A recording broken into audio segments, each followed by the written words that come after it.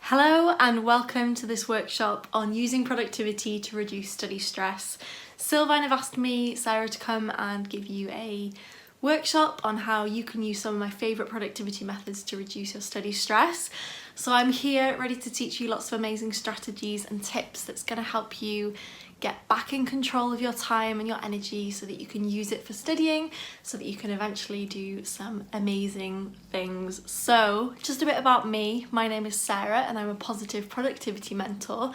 So what I do is I work with people who have maybe a little bit of a negative relationship with their productivity and they want it to be more positive, they want more control, they want to make better use of their time and the energy that they have so that they can do amazing things just like you. So if you're studying, it's probably that you're working towards something really exciting.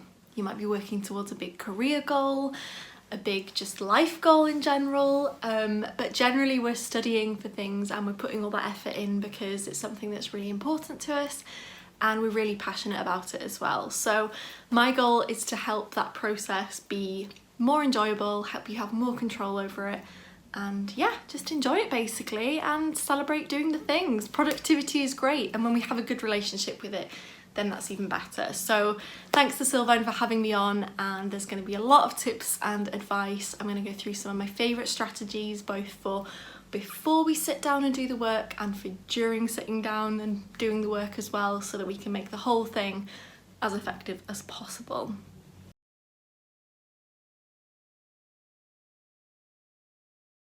So yes, as I was just saying, studying is a really positive thing, I promise, even though it can be pretty stressful for us at times. So obviously we have a reason that we're studying and that we're working really hard.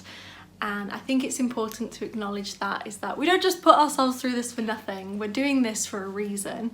But that doesn't mean it can't be stressful as well. It doesn't mean that we might find it difficult at times. So it can become stressful for so many reasons. I'm not a student at the moment, but I obviously did GCSEs and I did A-levels and I studied law and French at university.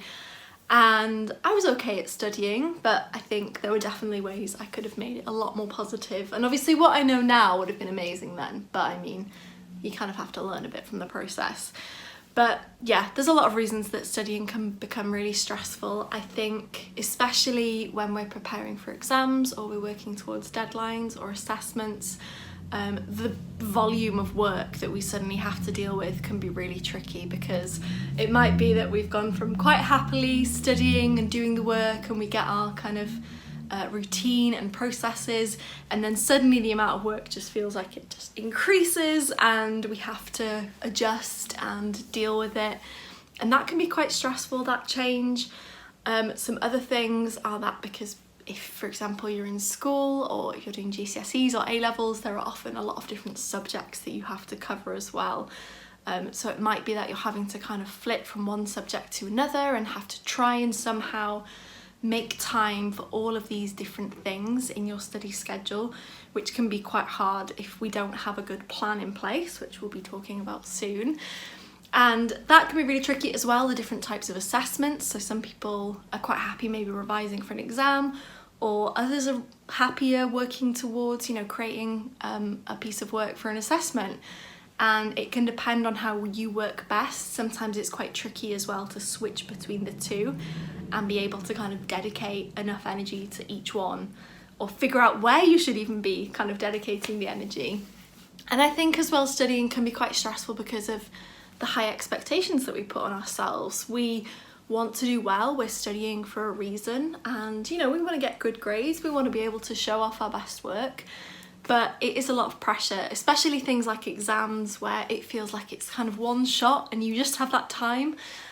So it can be pretty stressful for some people, the whole idea of feeling like there's a really big weight on you and the need to do well, which can be quite difficult.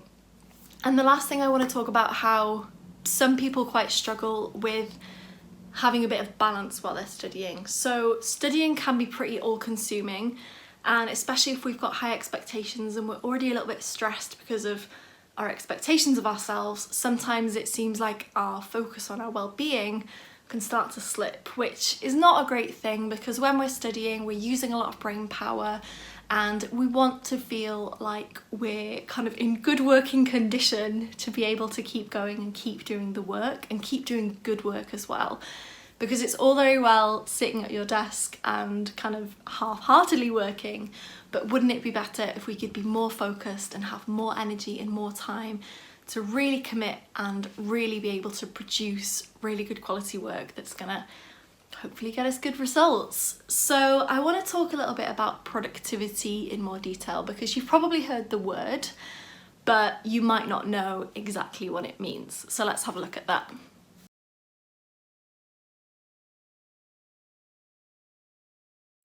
So productivity is all about getting things done. We pretty much all know that, right? That's fine. We're happy with that. Productivity is getting things done. But the problem is that I think the definition of productivity gets a little bit confused with busy. So I want to compare busy and productive for you. So busy and productive can be very similar, and we can maybe not really be aware of whether we're being busy or productive at any given time. So the difference between them is focus and intention. So when we're busy, for example, we're trying to do a lot of things all at once. We're, constantly adding things to our plate. We don't really have time to think. We might not have time to rest, and we're maybe saying yes to things, just kind of cram as much as possible in the hope that we're going to get some productivity out of it. So it's a little bit like throwing things at a wall and hoping that enough will stick for us to feel like we've done enough work, or for, the knowledge maybe to go in. If I just do as much work as possible, then let's hope some of it stays in there.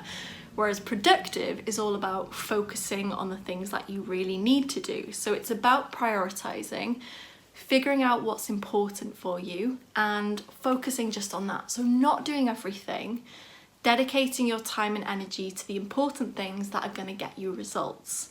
So that's basically the difference. Behind productivity, there's a lot more intention and thought, and as well, you're a lot more in control.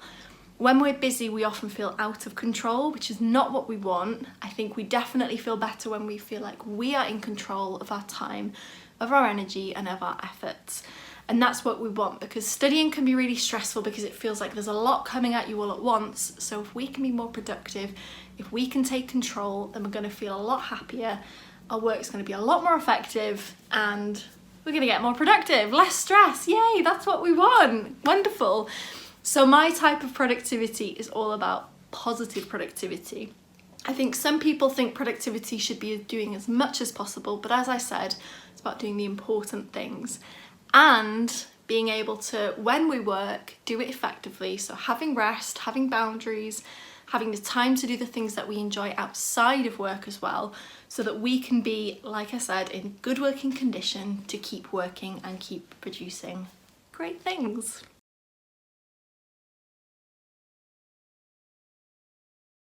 So obviously this workshop isn't live, it's pre-recorded, but if it was going to be live, I was going to get you to do lots of interesting activities and get you to write things down and start doing some of this work to get you back in control of your productivity. So we can still do that, but I'm going to have to rely on you. So what I'm going to do at different intervals in this workshop, I'm going to ask you to pause the video and I want you to basically follow the prompt. So the first one actually that I want to do, we talked already about why studying is stressful, but I'd like you to go back and think about why you personally find studying stressful.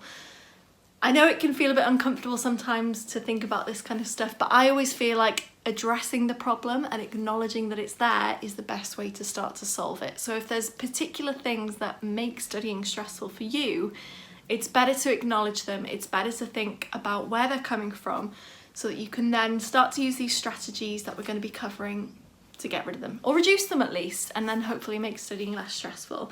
So I want you to pause the video right now, get a piece of paper if you haven't already, and I want you to write a couple of reasons why you feel that you find studying stressful. It could be related to the volume of work, it could be related to how you manage your time, anything at all, but have a think in the past, what's made you feel overwhelmed and where has it come from? So well done if you've written those down. It can be a little bit uncomfortable to think about, but I promise you it's going to be beneficial in the long run. So let's start talking about the actual productivity strategies that you're going to start implementing. And this first section, we're going to focus on things that are going to kind of set a good foundation for you. So productivity strategies that are going to be there to support you and to kind of make life a bit easier, make you a bit more intentional with your time, and just generally get back in control. And then later on, we're going to look at more strategies that you're going to use during work. So the reason for having a good productivity kind of foundation in place, I guess, is basically just to free up a lot of decision-making power for you. So studying is going to demand quite a lot of you in terms of brain power and focus. So the idea is that if we can kind of eliminate the need to make lots of decisions just in our life, and if we kind of know what we're going to be doing before we're doing it, we're not having to make these constant decisions and think about what we're doing and kind of not obsess over it, but kind of think about things too much, and we're able to use that brain power for our work instead. So we're going to look at 3 different strategies that are going to help you to do that, and they are planning, habits, and boundaries. So they're 3 really simple strategies, and the good thing about these is that they're not prescriptive. So I'm not going to tell you exactly how to use them, but I'm going to tell you what the principle is, and then you're going to figure out how it's going to apply to you in the right way for you, because I don't feel it's beneficial for me to tell you you need to be using this kind of planner and you need to be doing these 3 habits and you need to set these boundaries. I think what's more positive is that you can decide what's going to work best for you, and you can put that in place, and hopefully that should support you better than me just telling you what to do, because generally, I don't know about you, I hate being told what to do. I like to feel like it's in my control, so these 3 strategies are going to help you to do that. But wait, first I want to talk to you very quickly about goals, and about study goals in particular. So I've already mentioned that if you're studying, it's probably because you have a really big goal. Maybe you have a career in mind, you have something that you're aspiring to that you really want to reach, which is why you're studying. It's why you're putting yourself through all this. But also we need to talk a little bit about smaller goals as well, because these are what is going to keep you focused when you're studying. I think something as well that people struggle with studying is feeling like what they're doing right now, it feels so far away from whatever it is they're aspiring to, and it can be quite hard to make the connection and really acknowledge that even though it might be a small piece of the puzzle, it's still helping you to make progress. That's a really positive thing, but also I think it's quite important with studying to have in mind some specific study goals for yourself. So they can be anything you want, but what I think is really valuable for you to do is to take some time and break down your study goals and actually write them down as well, so you know what they are. I think one of the big reasons I struggled with studying was just feeling like, well, I have to study, but I didn't particularly have a direction. I didn't particularly know what my goal was with studying. I just felt like I have to sit down and do something. I probably could have made it a lot more effective if I'd had study goals in mind and had specific things I was striving for when I was sitting down. But there we go, we learn. Hopefully you can learn from my mistake. So what I want you to do is I want you to grab that piece of paper again. If you have a lot of subjects, you could even create a mind map, so you could have all the different subjects and then break down some of the things perhaps either you feel you need to improve on, some things related to maybe assessments or things that are going to come up in exams. You can also create goals for what you're studying. You can also create goals for perhaps, the amount of time you spend studying or the frequency. We'll talk a little bit about making goals into habits a little bit later on, but have a little think about what it is you need to be doing. Where do you need to focus your time and energy and productivity? So pause it, and then we'll talk about planning.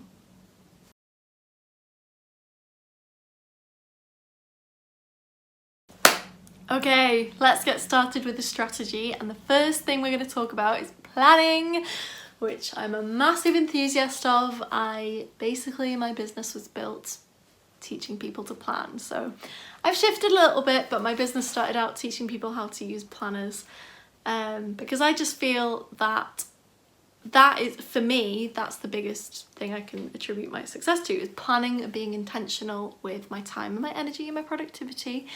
As you can see, I have a plan. I also have a digital plan, and it just helps me to stay on track with my productivity and see my time and see where I have the time to do things, where I have free time. I just feel like we have so much going on these days in our world, and especially if you're studying, if you have lots of things to do, you're going to really struggle to keep everything in your brain. And I always feel, especially with things like deadlines, that things come up faster than you expect. So getting a plan in place in good time, getting that structure in place before you really need it, and being used to it before you need it, is really effective for you to get really intentional and make enough progress so that you can actually achieve your goals and do well, rather than suddenly stressing at the last minute. So I had a plan of sorts, I guess, when I was at uni. I didn't have a plan when I was doing GCSE and A-levels. I kind of was winging it a bit. But after university, I got a plan in place, and I just realised how good it was at keeping me motivated, keeping me accountable, and yeah, basically just enabled me to actually do the things I wanted to do and that I needed to do. So highly recommend it. If you don't have one, just get one. But I know that it can be tricky. So planning is the best way for us to get intentional about our time, but I know that people struggle with it. So I want to go through some of my planning do's and don'ts, although I'm going to do the don'ts first. And then I'm going to show you how to set up a really simple plan that's going to help you with your studying and your schedule and your time. So, don'ts. So the first thing is, don't overcomplicate it. I know that a lot of people, especially if you're following Silvine on Instagram, and I know there are a lot of people that love to follow studygrams and maybe planning Instagrams as well. They're amazing, and they can be really motivating, and they can be really aesthetically pleasing. However, I do feel that some people overcomplicate planning. And I know this from when I used to teach bullet journaling workshops to people, and they'd really overcomplicate the system in their heads and they couldn't get around it. When actually, when I explained it to them, I was like, it's actually really simple. Like, it's just a plan, and you just need to do this and this, and that's basically it. You don't need to create a system that takes a lot of work to maintain. If you overcomplicate it so much and you find that you're struggling to create the system or understand it, and maybe you're spending too much time trying to think up a strategy of how you're going to use this plan, maybe it's too complicated. Maybe you just need to go back to basics. We love to overcomplicate things. I think that's just in our nature. And we think that something so simple can't be super effective, but it really can. The simpler the better for me. And actually, I've moved away now. I don't use a complicated plan anymore. I have a digital calendar and I have a wall planner, and that's basically all I use. It's pretty simple, but it's definitely more effective. So the phrase simple but effective definitely applies here. So the second one that people do a lot, which I don't understand and they shouldn't do, is to create the plan and never look at it again. So planning is a tool, and it's something that's going to help you, as I said, get intentional with your time and help you to kind of free up a bit of brain space as well. So you're not holding things in your head, they're in your plan. You don't have to constantly be remembering and stressing about remembering them. But a lot of people, I think, they get really motivated and they think, yeah, I'm going to make a plan and then I'll feel super productive. And that might help a little bit, help and give you a little bit of a boost. But what's really not productive is to make a plan and then not use it and not look at it. It's really sad when that happens. Plans, like if they were human, they would be crying. Like, it's not nice. They need to be used. So if you make a plan, don't just put it away in a drawer. Put it somewhere you can see it. This is literally above my desk, so I can see it all the time. My Google Calendar sends me notifications all the time to tell me what I need to be doing. And yeah, I use it. A plan is made to be used. Don't just make it and then put it away. Keep looking at it, keep using it. Another thing that people shouldn't do, or don't do, I'm getting really bad at this, but another people that shouldn't do is to worry about it being messy. So yes, there's some beautiful, aesthetically pleasing plans on Instagram, and you see people create these perfect boxes and grids in bullet journals and planners, and that's lovely, but doesn't mean it's useful. So a plan needs to be practical, not just pretty. So you can have a pretty plan, that's fine, but if it has to get messy for the sake of productivity, then I think we should go with that. So this plan, some things have been crossed out. You can't really see it from here, but some things have been crossed out. If I really think that something might be cancelled, then maybe I'll write it in pencil just to save a little bit of space. But generally, my plans are really messy because they're being used. So one thing that's really important is to keep using your plan. As I just said, we don't want to make it and put it away. So if we're using it all the time, it actually should be looking a little bit messy and should have a lot of different things on it. So that's all fine. We need to embrace that, and just embrace that when it looks a little bit messy, it's well used, and that's its own kind of aesthetically pleasing, at least to me. A really well used plan is going to look messy, and that is beautiful in terms of me seeing productivity happening. So the other one is not be afraid to adjust it, and that's kind of relates a little bit to messy. So plans always need adjusting, they always need tweaking. Often when we start implementing a plan, it might not quite work so well for us to start with, but if we're able to adjust it and tweak it and make sure it is going to work for us, then that's something really positive. So don't be afraid to make changes, to get your pen out, cross things out, adjust it. If you have to redraft it, then go ahead, but feel free to just doctor it, patch it up, and see what can happen.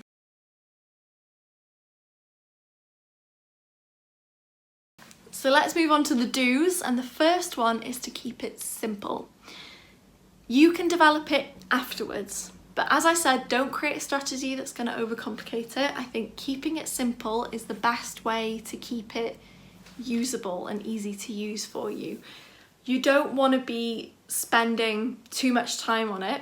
The next do is to spend as much time as you feel is beneficial to it. So, talking about bullet journaling, I know some of you might be aware of it. It's basically a planner that you create yourself, and you can put as much creative effort into it as you wish. Some people create amazing themes, and that's amazing. But I feel that sometimes that's not always the most productive thing for some people. So when I started, I felt it was really beneficial for quite a while, because I felt the more effort I put into it, the more kind of benefit I got out of it, and that's just how it was for a while. But when I got busier, when I started to really struggle to make the time to be creative, I started to realise that it wasn't important for me anymore, and it wasn't really beneficial for me to spend that much time on it anymore. So I've let go of that, and my planning system now is a lot simpler. I don't tend to draw my own spreads. I have my wall calendar that I use, and I just fill in. I adapt it a little bit so it's suitable for me, but I keep it simple, and that's about as much as I can deal with right now. If you're feeling like you've overcomplicated it, if you're feeling like your plan is demanding too much of you, strip it back, go back to basics, and you can start building again from there if you feel you need to. But I think the best kind of plan for me is the one that takes just enough time to do for it to still be producing productivity. So you don't want it to be taking away from that time you need to be working and studying. You want it to support you. So if it's taking too much time, it's not doing that. And the last do is to make sure you check in with your plan as often as possible. Now, I don't mean you need to sit down and do a full analysis and a full rejig every day. All I mean is that you need to have your plan available to you to be able to make sure that it's accurate and relevant and always updated, because when it's those things, then it's helpful. But if it's not accurate, if it doesn't really reflect your time, and if it's not really supporting you with what you need, then it's not going to be useful. So make sure that it's all those things, and keep looking at it. The more you check in with it, actually I find the more I check in with my plan, the better things are staying in my head, and it just makes it a lot easier. If you're not looking at your plan, then what's the point? It's made to be used. So keep looking at it. Make sure if it's like a wall planner, it's somewhere that you can see it a lot. If it's a journal, I'd really recommend trying to take it around with you. And obviously if it's your phone or a digital calendar, you'll probably be fine, because I mean, we're always on our phones, at least most of us are. So I'm going to show you now how to create a really simple plan This is the kind of plan that I actually use if I feel I need a more kind of direct 4-week overview and I really want to get things in my head. So I'll sit down and create this quick 4-week plan or use a template, and that's just going to help me. Also, we're going to look a little bit at that, how we can implement deadlines and goals into our plan. And yeah, so I'm going to give you a little live demo. Not live, but recorded demo.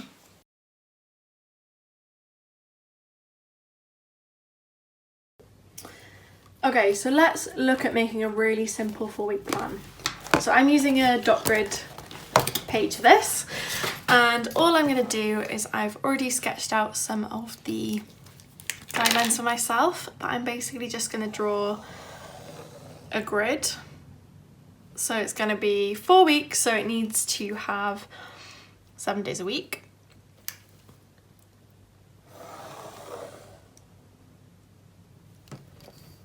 And obviously 4 weeks. So I'm just going to use the dots to create this table first of all.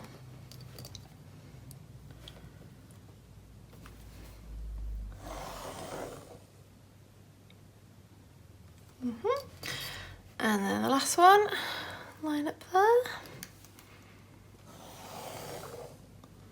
There we go, and then I'm going to add the vertical.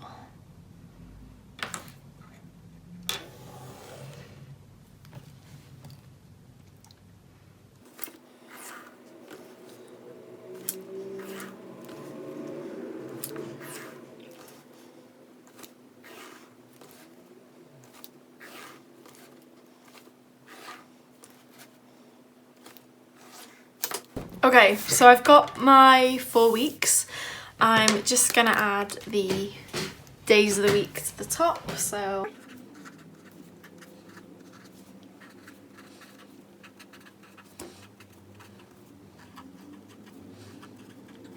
there we go. And then I would also add in the days of the month. So if, for example, I'm completely just doing this as an example, so I'm just gonna say the first on Monday.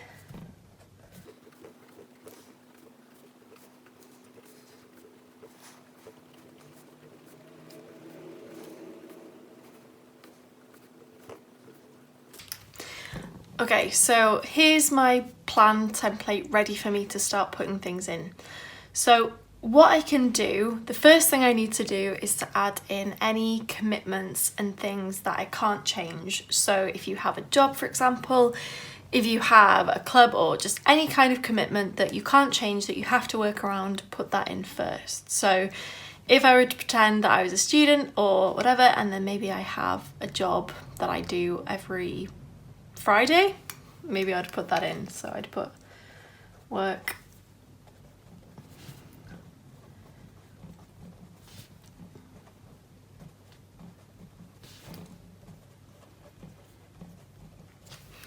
Also, obviously, if you have any events or things that you've committed to with friends and stuff, definitely put those in as well. I think they're really important. So for example, if it was someone's birthday here, and you knew you were going to go out, maybe Thursday wouldn't be such a great day for studying, so you probably wouldn't want to schedule in anything too difficult.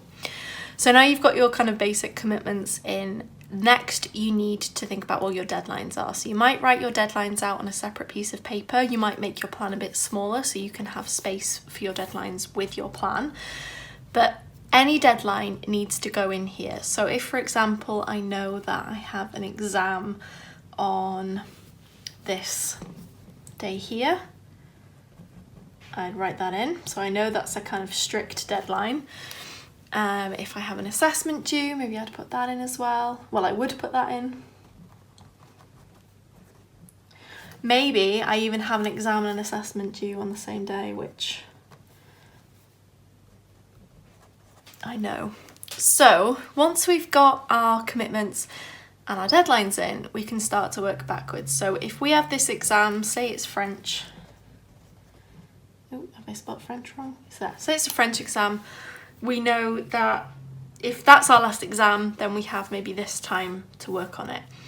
But at this time, we still have this exam to go. So, you know, maybe we don't need to focus so much on this one. We need to focus a bit more on this one and divide our time a little bit differently. if, for example, with this assessment, we can break that down into different steps, we might give ourselves extra deadlines. So we might say on the 10th, we need our first draft finished.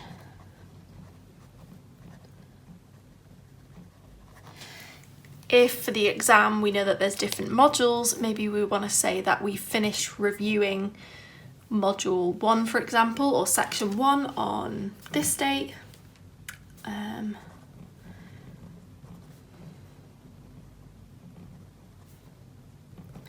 So what we basically want to do when we have a schedule, when we have a plan, when we can see our time, we can actually start to kind of put the pieces in. So we can put the deadlines in and we start to work backwards so that we are in more control. We do things in good time. We perhaps see when there's things that could clash with our productivity. So we work with them rather than working against them. So if someone were to come and ask you, for example, hey, do you want to go out for food on Wednesday the 24th? You might be able to look at your plan then and be like, actually, no, I have a French exam. Or you could, say, well, like, no, we could do the Saturday because that gives me enough time. So it's kind of about getting a bit more intentional, being able to see your time. And this is a really simple way to do it. You can add tasks in if you want, but I definitely recommend using this for commitments, deadlines, and then starting to break down your study goals, and you can start to put those goals and those deadlines that you've created for yourself in there. So it just helps you to get a better idea of what time you have available, and also as well what energy you might have available as well. So that's the easiest way that I recommend you do a plan. You can stick this up as kind of a study timetable or a basic guide for you in front of your desk, and make sure you remember that if you need to adjust it, you can cross things out if you need to, and keep using it. That's the most important thing.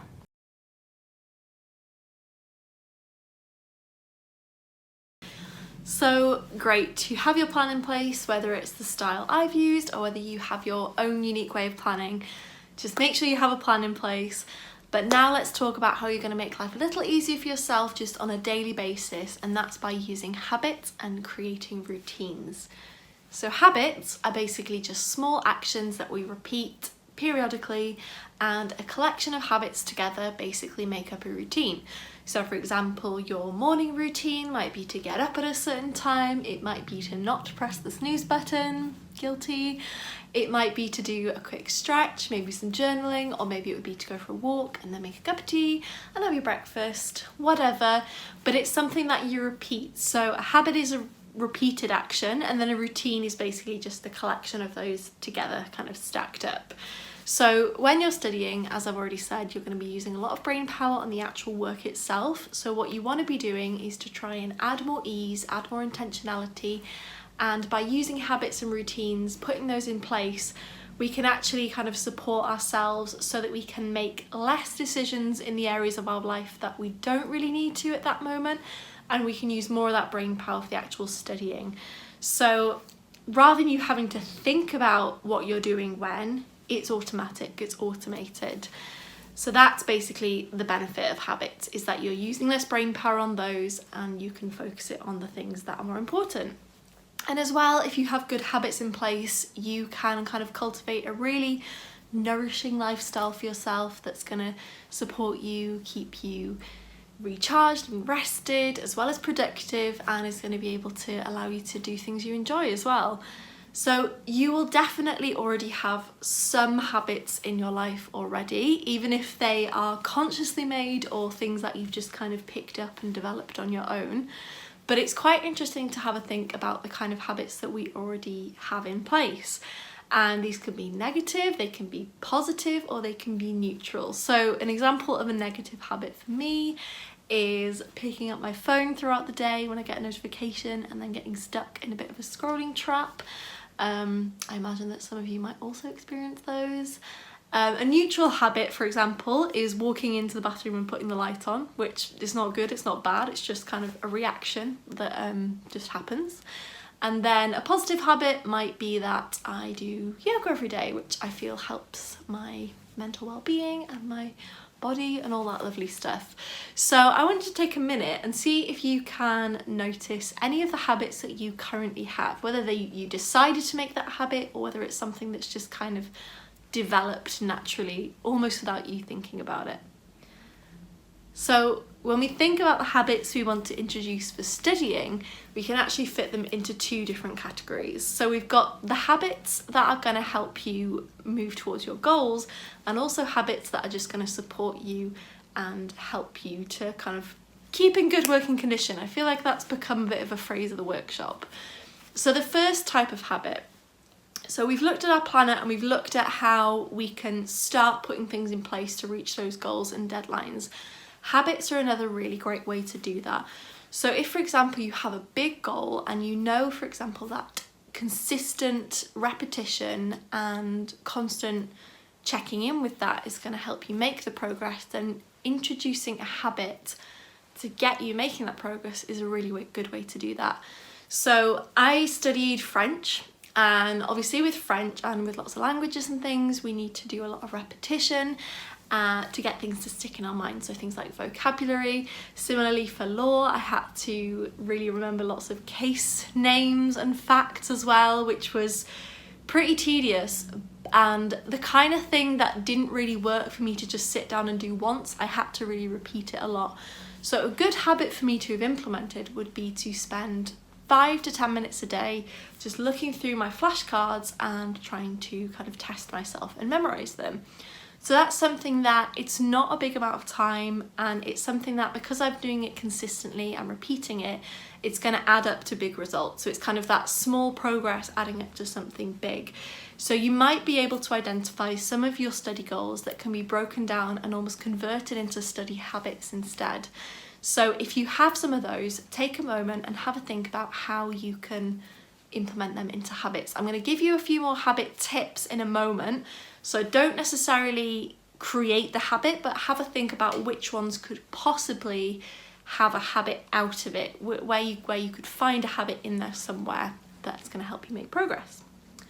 So the other type of habit is to help you just live a good life and to keep you feeling good and, you know, I don't want to say good working condition again, but basically that's what I mean, is to keep you working well and keep your kind of brain fresh and all that lovely stuff, is to implement habits that are going to support your life. So for example, things like getting up and doing a quick stretch helps me wake up my body and mind.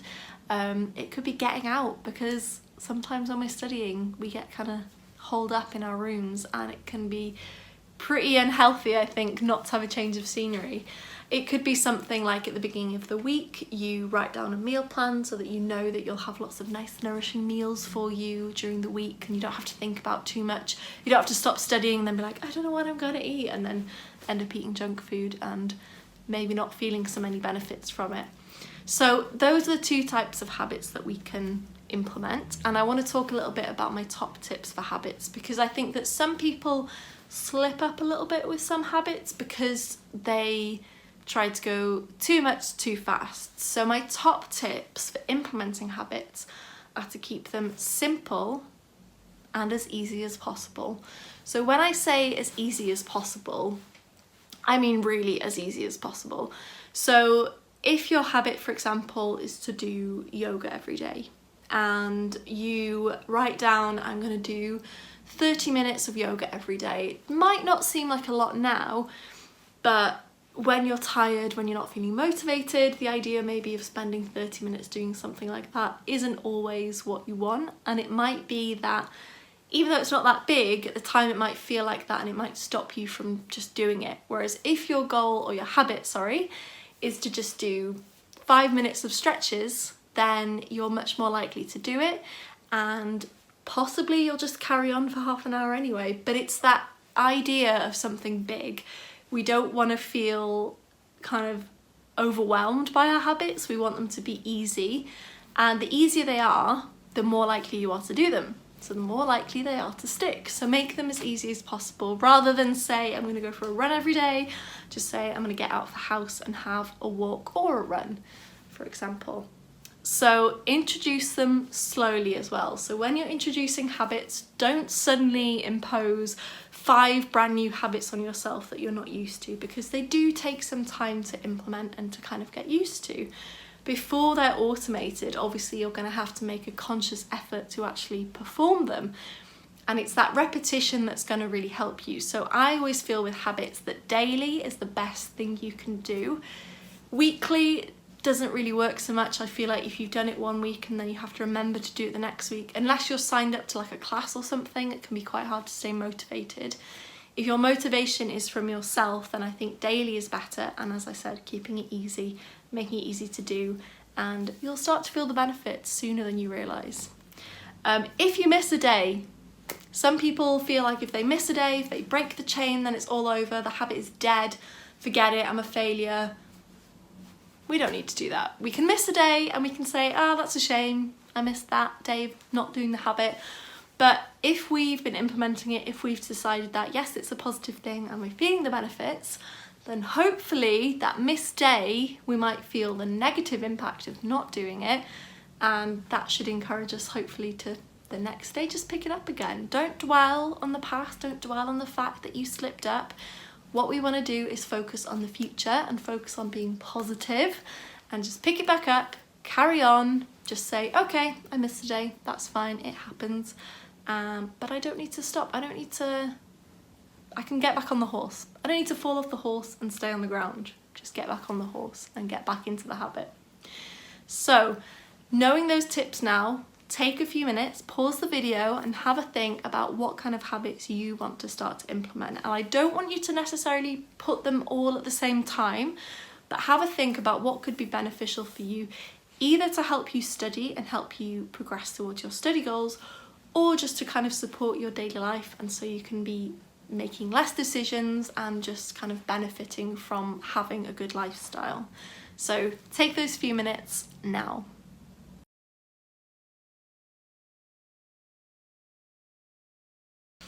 Finally, the last foundation strategy I want to talk to you about is boundaries. So there are a few reasons why I think boundaries are important, but basically boundaries are the rules you're going to set yourself around when you don't study and when you don't do work. I think it's very tempting, I think for students possibly especially, to feel like we need to be studying all the time, and I don't think that's healthy. I don't think that's actually productive. I think we do better work when we've had rest and when we can come back to things feeling refreshed. So I feel that having boundaries in place is just so important. We want to have a little bit of a life as well. I know that studying is a time when we might have to maybe give things up and focus a little bit more on our studies and our work, but I don't think we should have to give up everything, and I think it really is beneficial to rest. So few reasons why I think boundaries are really important. The first one obviously is to make sure that our well-being is looked after. Studying is really intense and we need that break. We need to be able to recharge and let our focus kind of rest as well. I think it's something that people get really guilty of, is just keeping on working and not letting themselves recharge and rest properly. And then the work that they're doing might not be very good, we might not be able to focus very easily, and we could even lead ourselves to burnout, which is really bad. It's basically, burnout is a period of really intense stress over a long period of time, and what you might experience in a burnout, you might experience physical symptoms like things like headaches and stomach aches, migraines. Some people have experienced eye twitches. It can be really bad to get to burnout. So hopefully that won't happen if you implement some of these productivity strategies and if you take rest. So that's the first reason. The other one is that I think boundaries provide us with a bit of an incentive as well. So if we allow ourselves to just work whenever and work all the time, we might not actually be that motivated to finish things by a certain time. And I think giving ourselves deadlines actually, especially for me, really motivates me to get work done rather than kind of procrastinate and, you know, dawdle and take my time with things that I know I could probably just do if I just focused. But because I feel like I've got all the time in the world, I don't have a boundary, I can just carry on working all evening. It probably takes me longer than it needs to, and it that's kind of a waste of time and energy basically. And then the third reason is that I think we need to be able to stop working, and we need to be able to stop thinking about work as well, if possible. If we don't have good boundaries, and if we're trying to kind of fit things in and we're not very intentional with our time, I feel that the danger is that we end up thinking about when we're going to fit that work in. So for example, if you have gone out for the day and then you come back and you're kind of thinking, oh, I have maybe an hour or half an hour here, I could be working, I could be doing this, maybe I'll just grab the time. We're always thinking about when we're going to grab that time and when we're going to be able to squeeze in a little bit of work. And I don't think that's very focused. I think that means that we're never really able to switch off properly. So being a bit more intentional by using planning systems, and then making sure that you know when you're working and when you're not working, is actually going to help you to switch off a bit better. So in terms of creating boundaries, have a think about what is a good realistic fit for you. So obviously it's going to vary. Some people quite like working in the evening, so I wouldn't say just stop working in the evening altogether, but perhaps you put a limit on how long you're allowed to study for. Perhaps you say no weekends, or you give yourself at least one full day off a week. Could be possible if you get intentional, if you plan your time properly. I promise you it is. But have a think as well. You can also set hard boundaries and soft boundaries. So it could be that on a Saturday morning you only work if you feel motivated to, and if you don't feel guilty, you let yourself rest. Or it could be, for example, on an evening, maybe you know that after a certain time you're not productive and you need to have at least a couple of hours before bed for you to be able to relax and actually get a good night's sleep. So maybe you set that boundary if you never work past a certain time. And hopefully that means that in that time you'll be able to switch off better and rest and recharge. And when you go back to your desk, when you go back to work, you'll feel ready and you'll actually feel excited as well. I sometimes find that if I've put a boundary on myself and I've said, right, I'm not going to do any work today, sometimes that means I'm actually really looking forward to picking up my work the next day, because in that time when I'm kind of resting and not having under the pressure to work, I can actually think a little bit more abstractly and let the thoughts come to me. So I definitely feel that boundaries are a really good thing. It can be quite hard if you're the kind of person who feels like you always should be studying. I know that sometimes there's productivity guilt goes around, but remember that rest is productive as well. So boundaries are really important, and they're going to help you to rest and to be productive.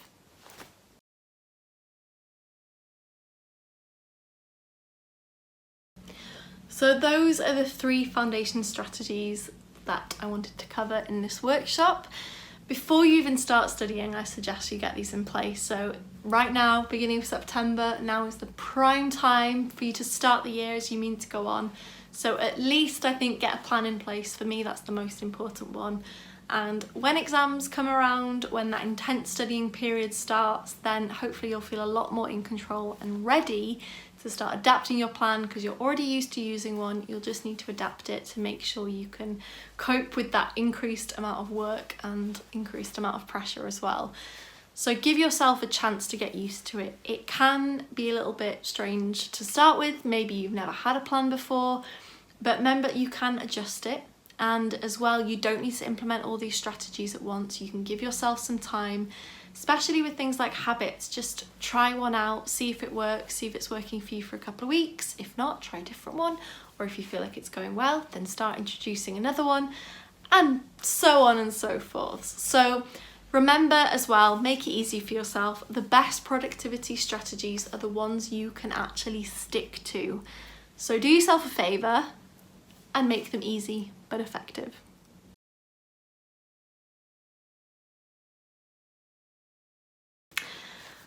Okay, so now we're going to be moving on and looking a little bit more about what we can do kind of during working and in the process of working to make our study time more productive and effective and enjoyable. Remember, the title of this workshop is less stress, so hopefully less stressful. So the first big tip I want to give you actually kind of goes back to the idea of planning and strategy in the foundation sense.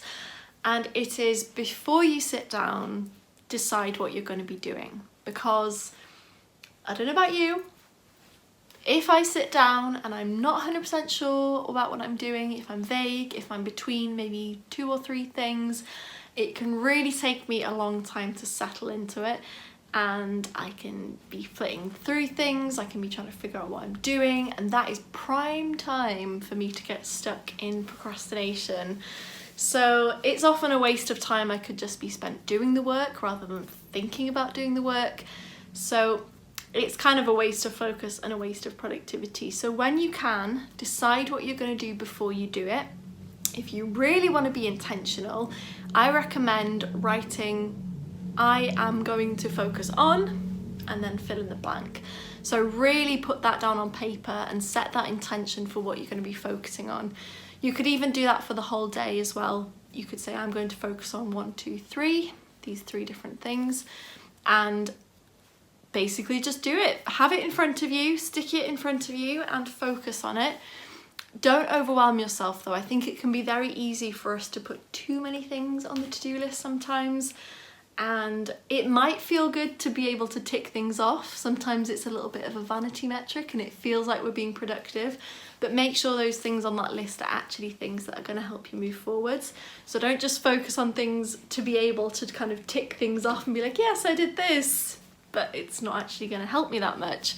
So focus on the things that are going to move you forwards. Go back to look at your study goals, look at how you've broken them down, and look at your plan, how have you fit them in, and stay focused. So prime time for procrastination to set in is when we sit down and don't know what we're doing. So let's eliminate that. Decide what we're doing before we sit down.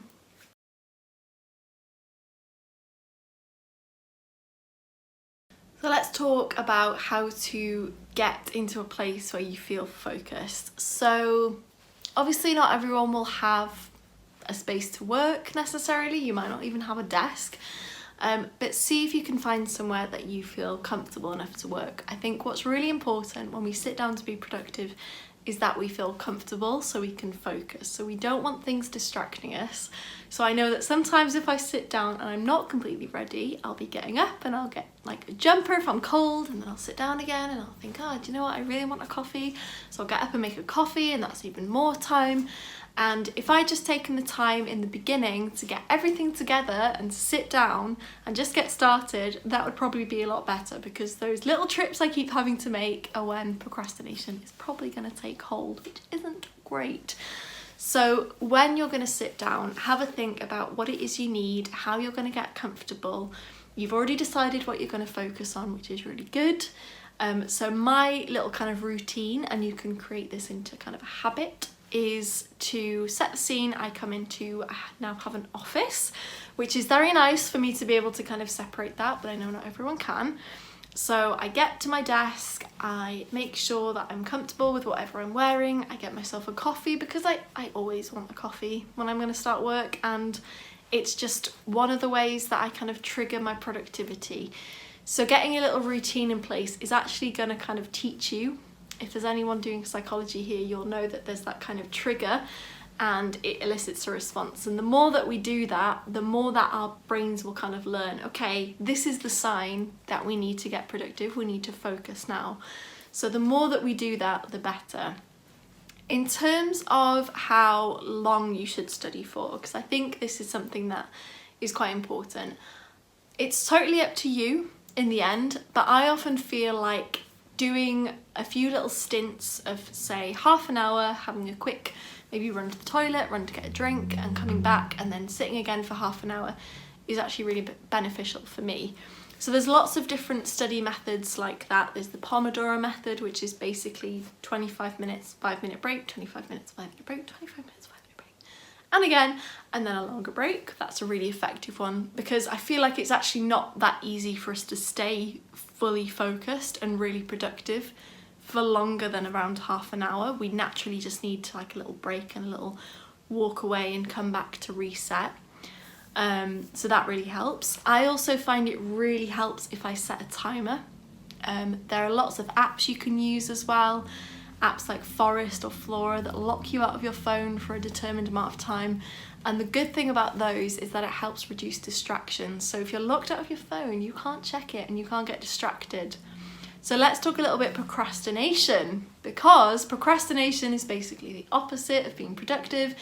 It's when we're getting distracted, and procrastination occurs when we lose self-discipline, motivation, or both of them at once. So distractions obviously can affect our self-discipline. If you have your phone in front of you when you're studying and you get notifications coming through, you have to have a lot of self-discipline not to pick it up and check it. And then maybe you get sucked into scrolling through something, TikTok, Instagram, and before you know it, half an hour has passed and you're still sat at your desk and you haven't done anything productive, which doesn't feel good. So eliminating distractions is really important for studying. Whether that's you lock yourself out of your phone, you turn it over and put it on silent, or you put it out of the room or get someone else to look after it for you for half an hour. Anything you can do to eliminate distractions is really going to help. Similarly, I quite like to turn my emails off on my laptop if I'm using my laptop and I'm working, because those emails coming through can actually be quite a distraction if I see something interesting come in my inbox. So see what you can do to eliminate whatever it is that's trying to grab your attention. I know that's not always easy in some circumstances, but see what you can do to eliminate that and get more productive. Other things with procrastination, I think sometimes with procrastination, it can be really tempting to just blame ourselves for our procrastination and attribute it to kind of our maybe failing at being productive. But for me, it's much more productive to look at the reason behind the procrastination. So as I said, procrastination occurs because either we've lost self-discipline, motivation, or both. So it's possibly one of those things. And then behind that, what is the kind of reason for you losing motivation or losing self-discipline? It could be as simple as you're tired and you need a break. Remember that we can't focus indefinitely. We need to be able to recharge. It could be that whatever you're working on, maybe you kind of figured out inside yourself that this isn't really relevant, this isn't really helping me, this isn't really effective. So why am I motivated to do it anymore? Maybe the reason is that you're feeling like what you're studying is really far away from where you want to be and you can't make the connection. Maybe you need to spend some time thinking about how it's going to help you and how it's a step in the right direction for you. But figure out why you're procrastinating rather than just blaming yourself and just jumping to conclusions and saying, that's just me, I'm just a procrastinator. Look at the reason why. Like I said at the beginning of this workshop, when we understand the reason behind something and when we understand the reason behind a problem, we can start to take action to solve it. So that's what we want to do.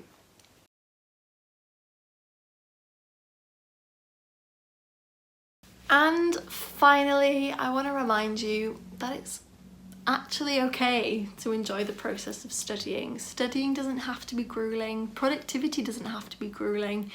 We can enjoy the process. So if we feel like we've got enough time for it, we can really make the effort to make studying as enjoyable as possible. We can make our study space somewhere that we love to work. We can decorate it.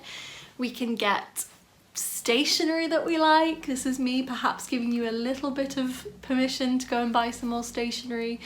That will motivate us actually. Sometimes I find that buying stuff helps me to feel a little bit more motivated, and also spending time on things. If you feel like you have enough time, which hopefully if you've got these productivity strategies in place, you'll feel like you are in control of your time.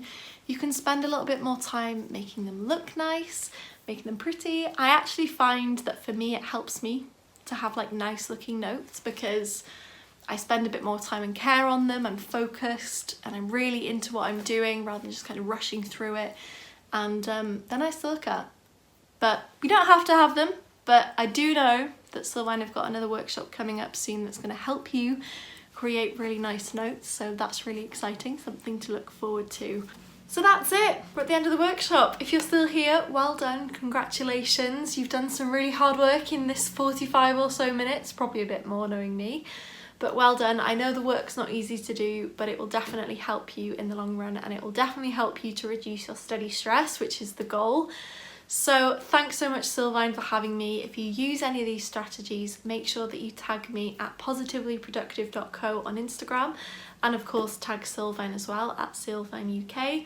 So all that's left to say is good luck with your studying. I believe in you, you can get productive, and Bye for now.